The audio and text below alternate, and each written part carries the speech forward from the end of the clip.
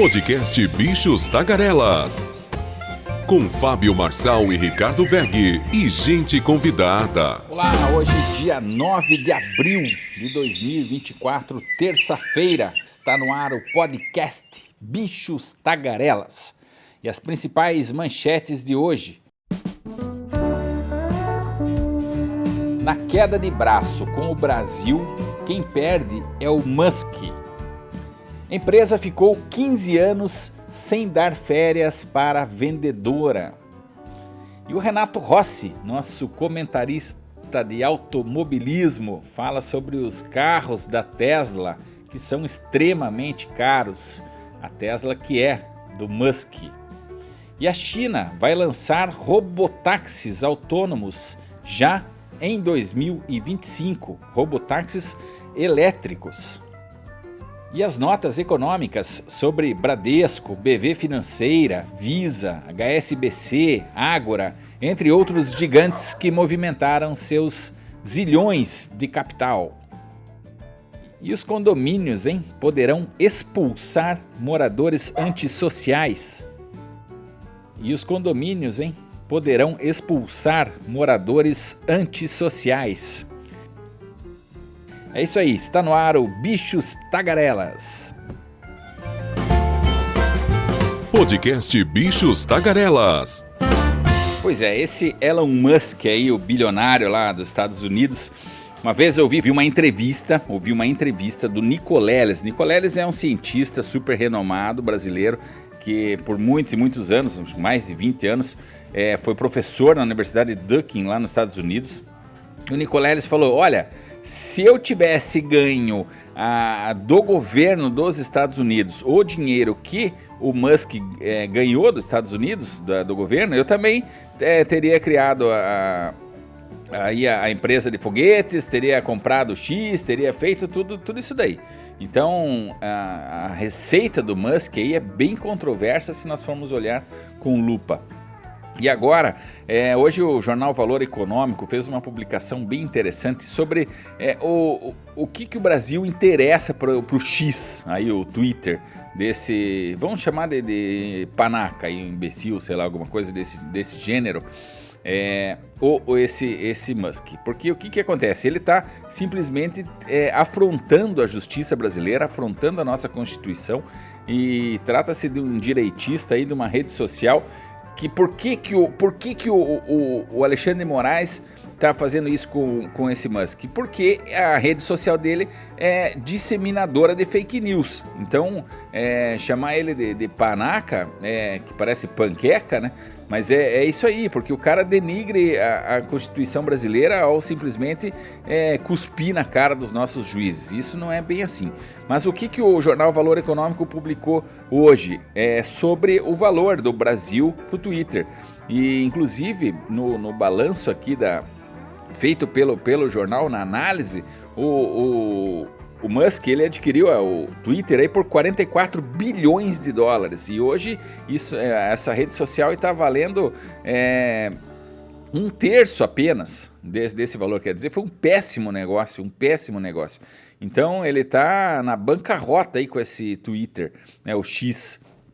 O X dele virou, em vez de X de multiplicação, eu lembro daquele empresário famoso aqui no Brasil, que usava o X, né, nas suas empresas. O X, ele falava, o X porque é o símbolo da multiplicação, mas pode ser, se tiver um menos, né, na frente, aí também dá certo, né, menos X. Então, tá valendo menos, no caso, 2 vezes do que ele pagou, né, o Twitter. Enfim, o Valor Econômico fala assim, olha, o Brasil é sim um país muito importante, não para o X, para qualquer rede social. Por quê? Porque o brasileiro passa em média 9 horas na internet, né? 9 horas por dia nós passamos na internet. Nós somos um país que representa aí 144 milhões de usuários de redes sociais. Então, qualquer rede social que pegue com força aqui no Brasil, ela vai ter uma projeção mundial em números muito grande. Também nós somos um potencial no sentido publicitário, no sentido de economia, quer dizer, de geração de receita para diversas redes sociais. Então, não é um bom negócio aí para esse Musk brigar com a gente. E outra coisa, o Twitter, segundo o Globo, aqui, o Valor Econômico, ele está caindo, inclusive aqui no Brasil. O número de usuários diminuiu em 2 milhões entre outubro de 2023 e janeiro de 2024. Quer dizer, menos 8,4% segundo o jornal Valor Econômico, que é do Grupo Globo. Tá bom? Então, senhor Musk, imagino que o senhor esteja escutando aí o bicho tagarelas, o senhor pense bem quando for brigar com a gente. Acho que não vale a pena. Fosse o senhor, baixava sua bolinha, tirava as fake news da internet, tá? Usuários que disseminam fake news têm que ser banidos mesmo, além de presos e pagar multa, tá? Então, o senhor, por favor, repense aí as suas atitudes, senhor Elon Musk, tá bom? Fica aqui o recado dos bichos tagarelas, direto aqui do Brasil, para a vossa senhoria. Abraço. Podcast Bichos Tagarelas. Vamos ouvir agora o jornalista Renato Rossi, nosso especialista em automobilismo, um grande entendido também de política e da conjuntura mundial da economia, e vai falar hoje sobre o Elon Musk, né? Sobre essa indústria dele aí de automóveis, a Tesla, entre outros apimentados assuntos ligados ao Musk. Vamos ouvir então Renato Rossi. Podcast Bichos Tagarelas. Alô, amigos de Bichos Tagarelas. Mas em 2003, dois engenheiros, o Martin Eberhard e o Mark Tarpenning, vindos lá do Vale do Silício, da Califórnia, né, aqueles sempre pegando as melhores mentes dos Estados Unidos da América e do mundo. Muita gente saiu de lá para montar empresas extremamente importantes, como é o caso desses dois engenheiros que montaram a primeira montadora de carros elétricos do mundo, justamente a Tesla, em homenagem ao nome ao inventor sérvio Nikola Tesla. Bom, portanto, esses dois engenheiros levaram essa empresa adiante até 2008, 2009. Em 2008 entra na jogada o Elon Musk, que era o dono da PayPal, um grande sistema de pagamentos via internet, e ele investe 30 milhões de dólares para se tornar também sócio do Martin Eberhard e do Mark Tarpenning. E em 2000, já com a entrada do Tesla, a Tesla lança o modelo Roadster, que foi lançado em 2008, e ele é um carro que foi inovador como carro elétrico. Ele tinha uma autonomia já de 394 km, uma velocidade máxima de 200 km/h e fazia de 0 a 100 em menos de 4 segundos. Atingia 200 km/h de velocidade máxima. E aí a história é longa, né? Aí o Trump gradativamente vai tomando conta da Tesla. Claro que é um executivo talentoso, extremamente esperto, extremamente atento às oportunidades comerciais, tecnológicas do mundo, e vai tornando a Tesla um poder mundial. A Tesla, até hoje, nesse 2024, é a líder mundial nos carros puramente elétricos. Já nos carros eletrificados, que também inclui os carros híbridos, a líder hoje é a BYD, que está no Brasil, cada vez mais forte.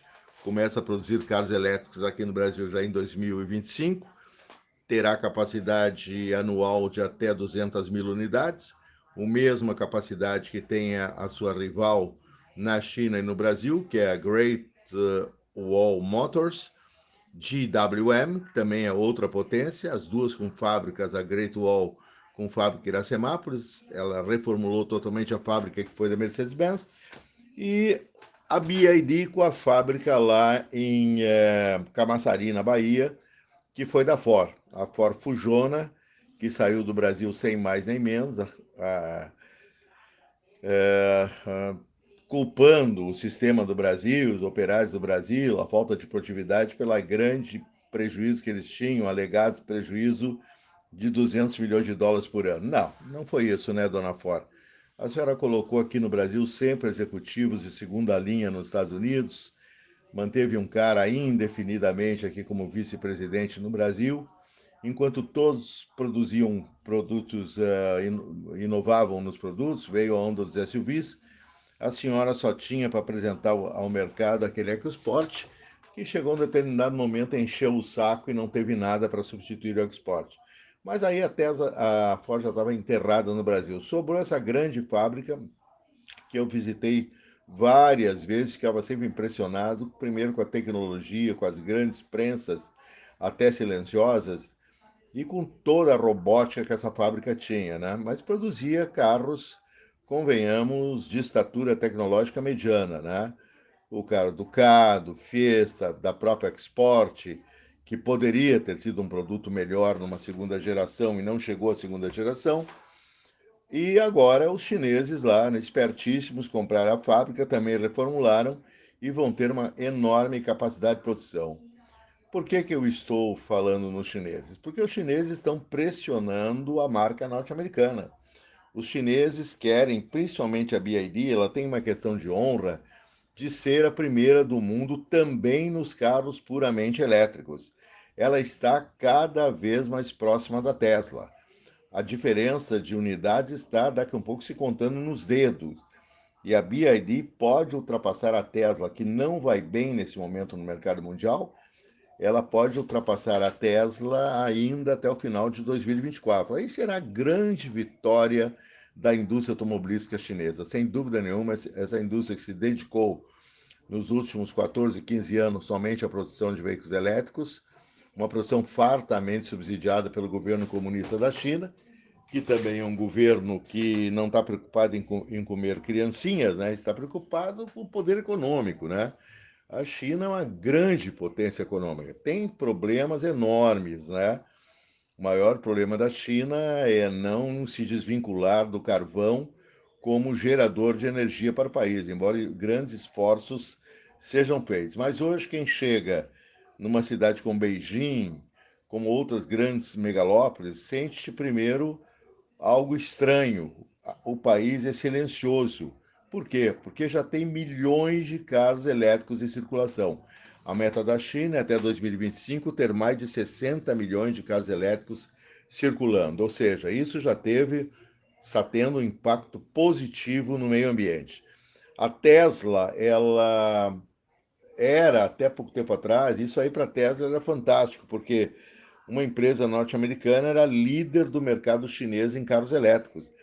Mas convém lembrar que o Elon Musk é muito amigo do Xi Jinping.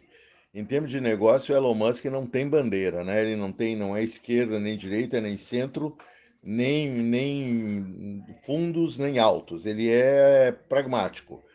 O chinês subsidiário grande parte dessa gigafábrica, ele denomina suas fábricas de giga, porque realmente são fábricas monstruosas. E ele produz, essa fábrica tem capacidade de produção de até 2 milhões de veículos anualmente, para vocês verem o tamanho da fábrica. E ele tem produzido aí uma média de 1 milhão. Tesla 3, Tesla Y, Tesla X, uma série de modelos que fazem sucesso na China. Mas o Musk, eu só estou falando, não estou falando nem do primo dele, o Alexandre Moraes, né, que são parentes muito próximos. Eu estou falando só da atividade industrial dele.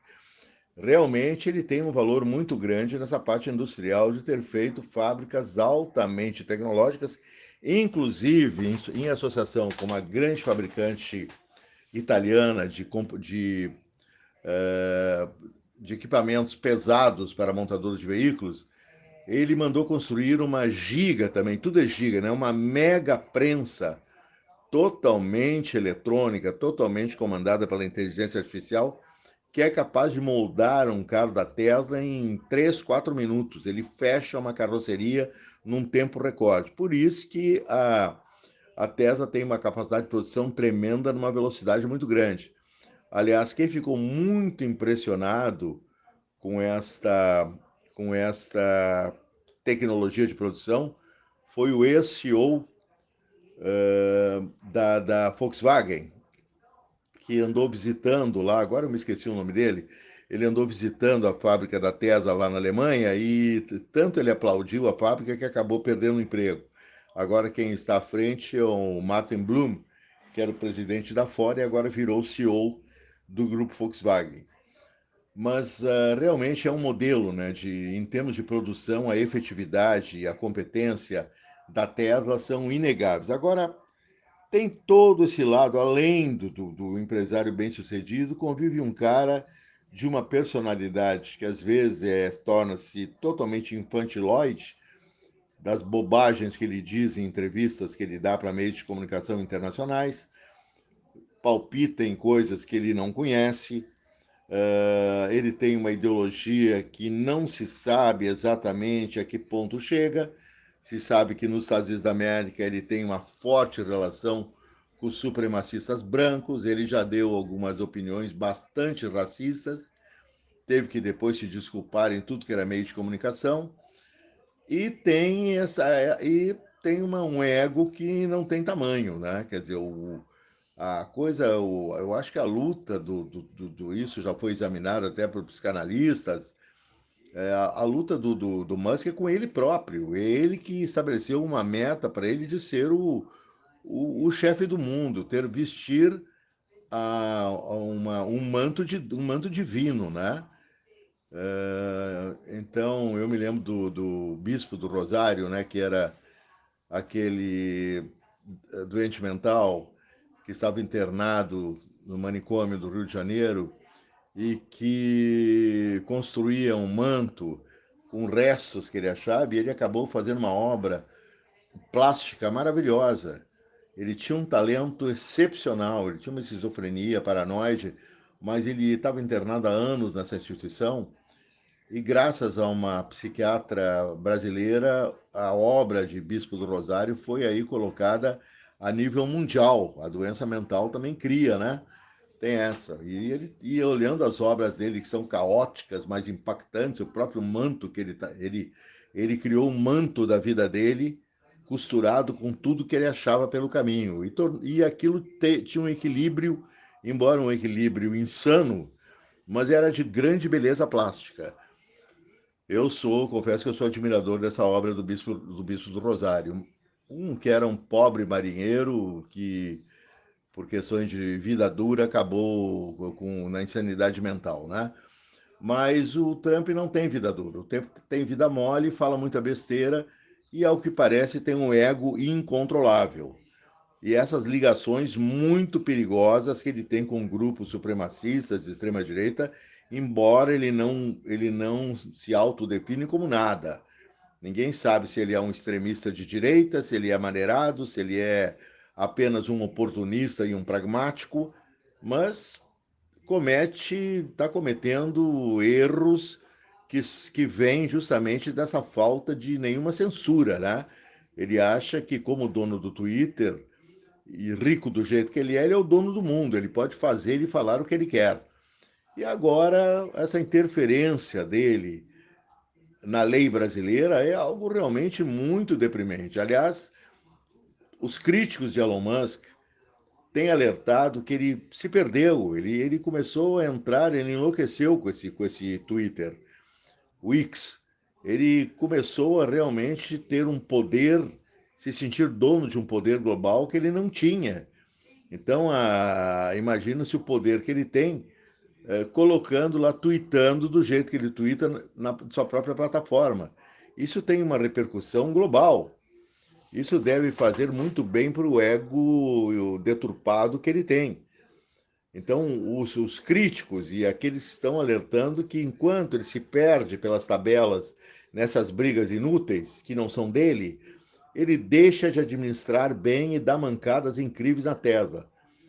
E ninguém contesta ele na Tesla também. Por exemplo, tinha toda uma equipe dentro da Tesla que não queria que ele produzisse o caríssimo Cybertruck, a picape da Tesla que mais parece um veículo espacial que se perdeu no espaço, que não aterrissou em lugar nenhum e está por aí pairando, de tão exótico, estranho e feio também que é o design da Cybertruck, E o cara acha que essa Cybertruck dele é uma maravilha, tem um preço altíssimo.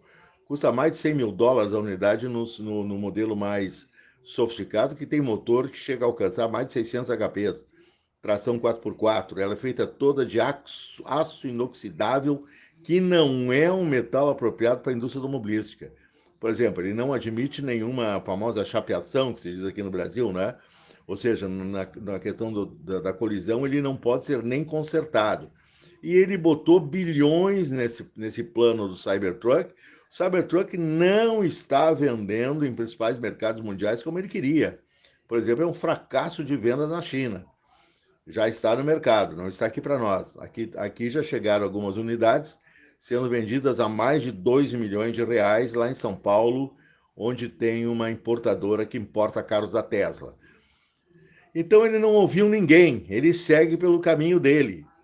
E aí se mete nessas histórias extremamente aí nuas e cruas, como está sendo esses ataques a um país soberano, que tem direito de legislar e defender sua democracia, usando todas as armas disponíveis constitucionais, e foi isso que Alexandre de Moraes fez ao simplesmente encerrar as contas de golpistas virulentos que pediam, inclusive, a morte do próprio Moraes e de outros da cúpula do governo.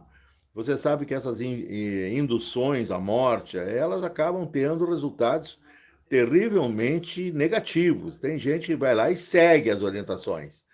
Então, o cara agora quer reativar a conta de todo mundo, quer mandar no Brasil, quer desmoralizar o Alexandre de Moraes, e claro que isso não está certo. Agora, claro, né?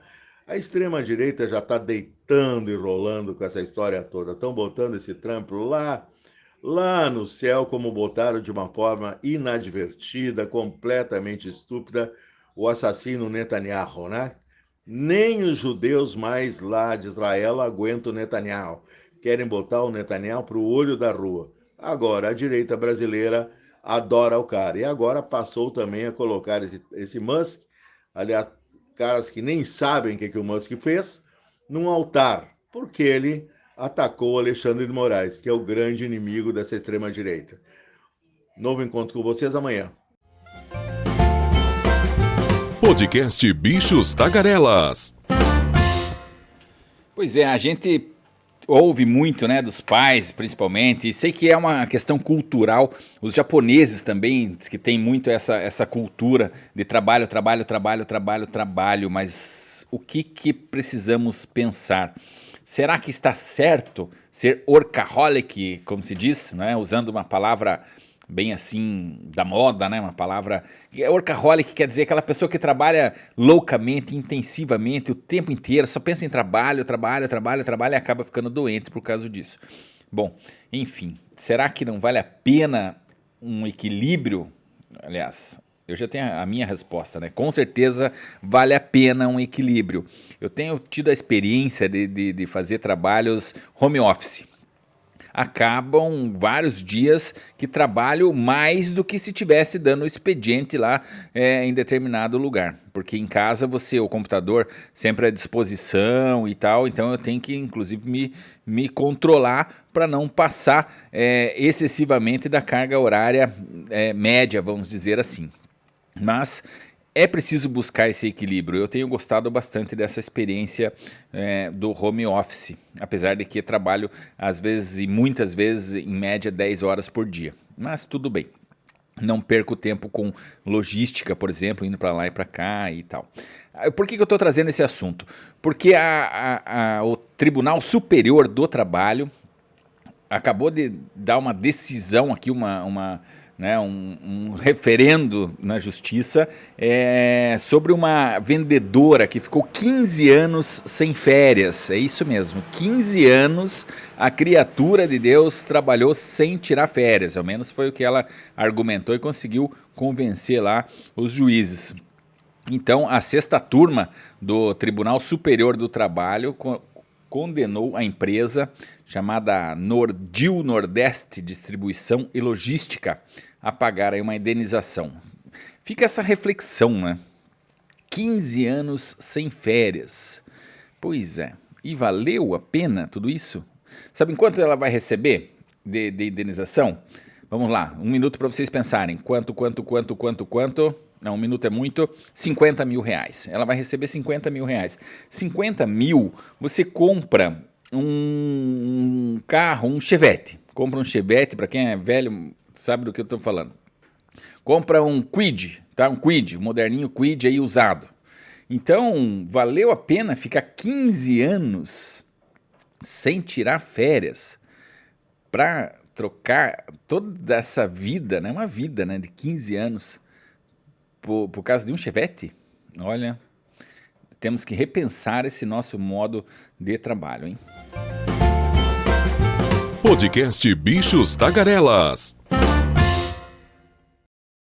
E um rápido giro pela economia. O HSBC, né, aquele banco bem conhecido, ele vendeu negócios aí na Argentina por 550 milhões de dólares. É isso aí, quem comprou, né, essa parte do HSBC na Argentina é o Grupo Financeiro Galícia. Pois é, sinal de que a Argentina continua, né, balançando, e balançando bastante aí na sua economia. Quem está tirando os pés de lá lentamente, e não tão lentamente assim, é o HSBC. E a Localiza, aquela agência de locação, né, de carros e também de vendas de carros. Pois é, refletindo sobre isso, o Renato Rossi, né, nosso especialista aqui em automobilismo, um dia gostaria de ouvir os teus comentários sobre essa questão das empresas locadoras de veículos, que são, na verdade, grandes revendedoras de automóveis, né? Eles compram, até onde eu sei, por o carro zero, por uma taxa menor, lá com incentivo que há do governo para locadoras, e passou ali um períodozinho, eles vendem os carros, e acho que é aí que está um grande filão de lucratividade para essas empresas. Mas, enfim, um dia Renato Rossi tece os seus comentários sobre isso, se for possível. Bom, a Localiza está buscando investimentos de 3,5 bilhões de reais. Querem ampliar aí os seus negócios. E a Smart Fit, né, aquela academia que você paga, claro, por mês, e você pode, em qualquer lugar do país onde tenha a Smart Fit, você pode ir lá e fazer lá os seus exercícios e tal. A Smart Fit está buscando também investimentos aí de 1,2 bilhões com debentures. É isso aí. E o Bradesco, né? O Bradesco, que nós já falamos aqui várias vezes do Bradesco, tiveram que trocar toda a diretoria do Bradesco. Os caras estavam ali, parecia nossa, aqueles governos assim super arcaicos, tinha mais de 10 vice-presidências. Imagina só a burocracia que estava impregnada no Bradesco, sem falar que em termos de tecnologia eles estavam muito atrasados, muito, ainda continuam, né?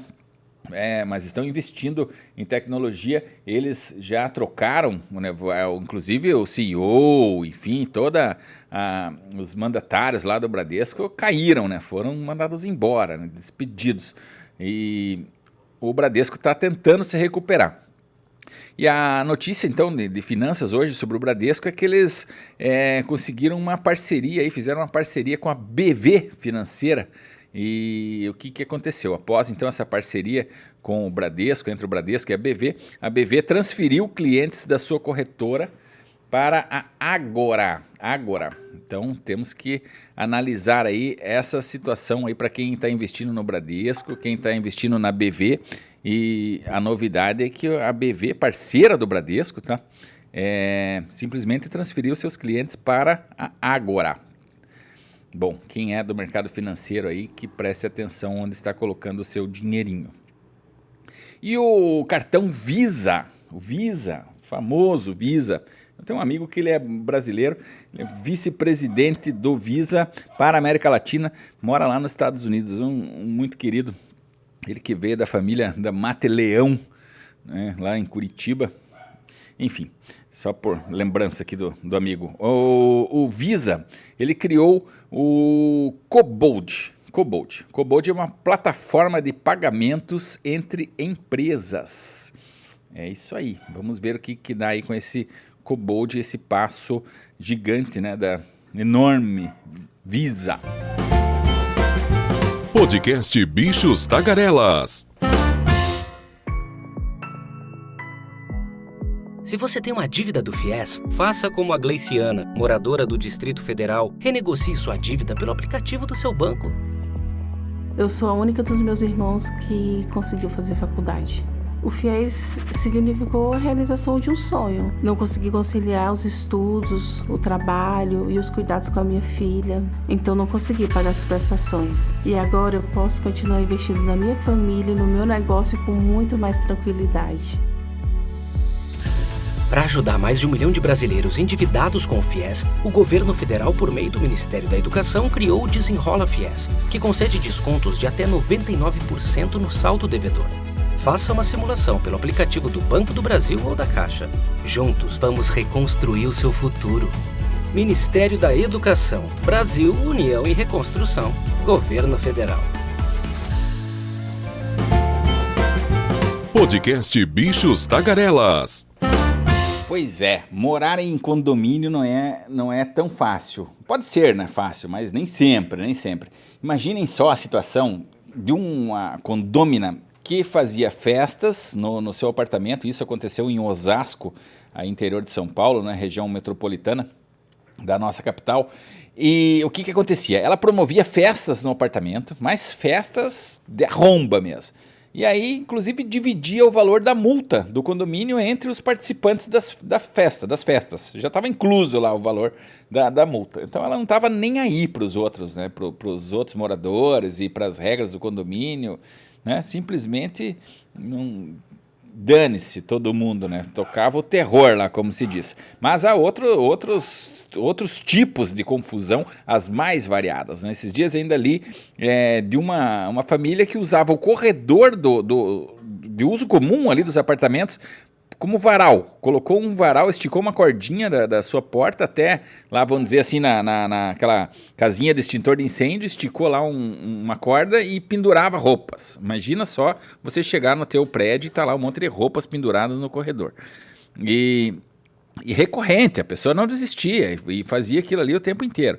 E muita tipo de confusão, música alta, gritos, brigas, importunação, até de cunho sexual, ou mesmo brigas entre vizinhos. Enfim, há casos, né? Nós humanos sabemos bem a que ponto podemos chegar. A falta de educação e, enfim, de convivência.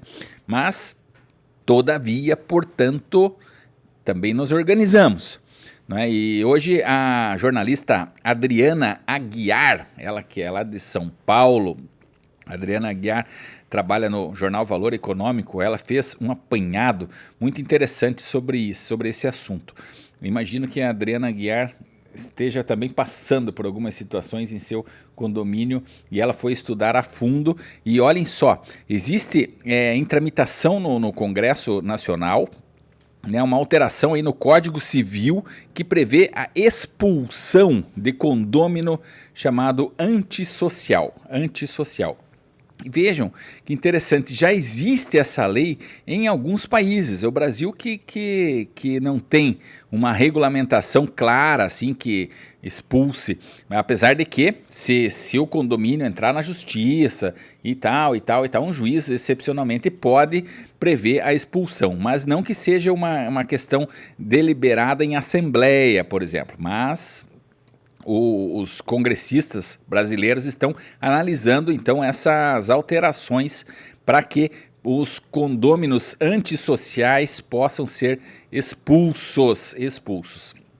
E a Adriana Aguiar, ela escreveu que o Brasil, né, então deve ter em breve regras para a possibilidade de expulsão do chamado condômino antissocial, que pode ser um proprietário ou locatário, né, com um comportamento que ultrapassa todos os limites do aceitável, tornando então praticamente impossível a convivência. A questão está incluída no anteprojeto de reforma do Código Civil e também em 3 projetos em tramitação no Congresso Nacional.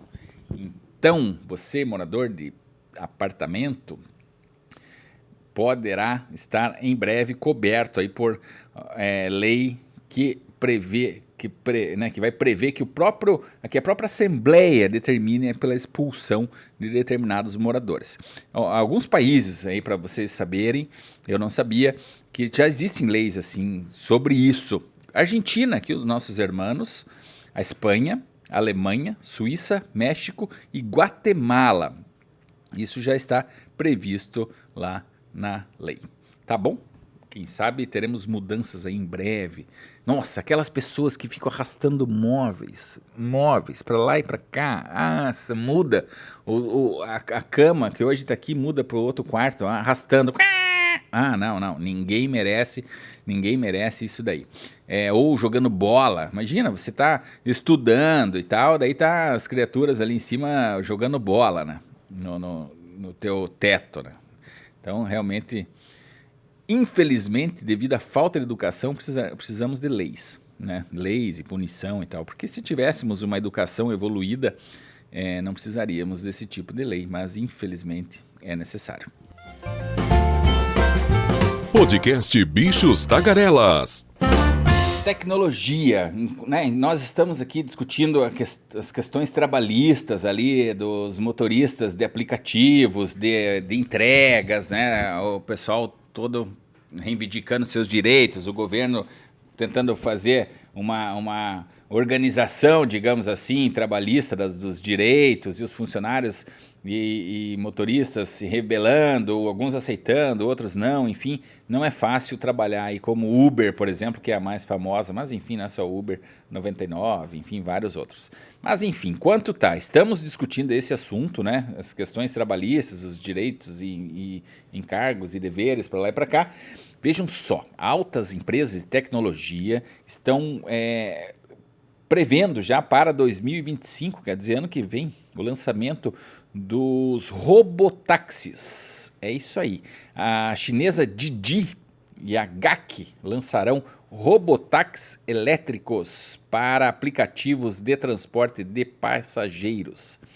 Tá, para quem não sabe, que a China lá, lá é outro mundo, né, comparado conosco aqui, até em termos linguísticos, assim, mas é cultural, enfim, eles é um país com uma economia bem diferenciada da nossa.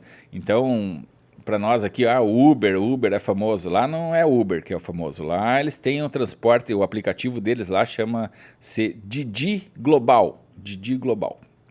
Tá? Que é o que funciona forte lá na China, tá? Didi Global. Então eles estão fazendo uma parceria com uma montadora aí de veículos elétricos, a Guangzhou Automobile Group, a GAC, o GAC. Eles estão planejando produzir robotáxis em larga escala já em 2025. Então, em resumo, assim, como é que seriam esses robotáxis, né? Tá ali a palavra robô e a palavra táxi, né? Então, robotáxi. São veículos autônomos que vão fazer determinados trajetos totalmente sem motorista, autônomos. Então, não tem essa de direitos trabalhistas e nada. Não vai ter lá o trabalhador. Vai ter só o carro em si, que vai fazer os principais trechos, aí, alguns percursos inicialmente. E olha, ano que vem, hein? Olha só. Tecnologia. Podcast Bichos Tagarelas. Você ouviu o podcast Bichos Tagarelas. Hoje, dia 9 de abril de 2024, terça-feira. Até amanhã. Você ouviu o podcast Bichos Tagarelas com Fábio Marçal, Ricardo Veg e gente convidada.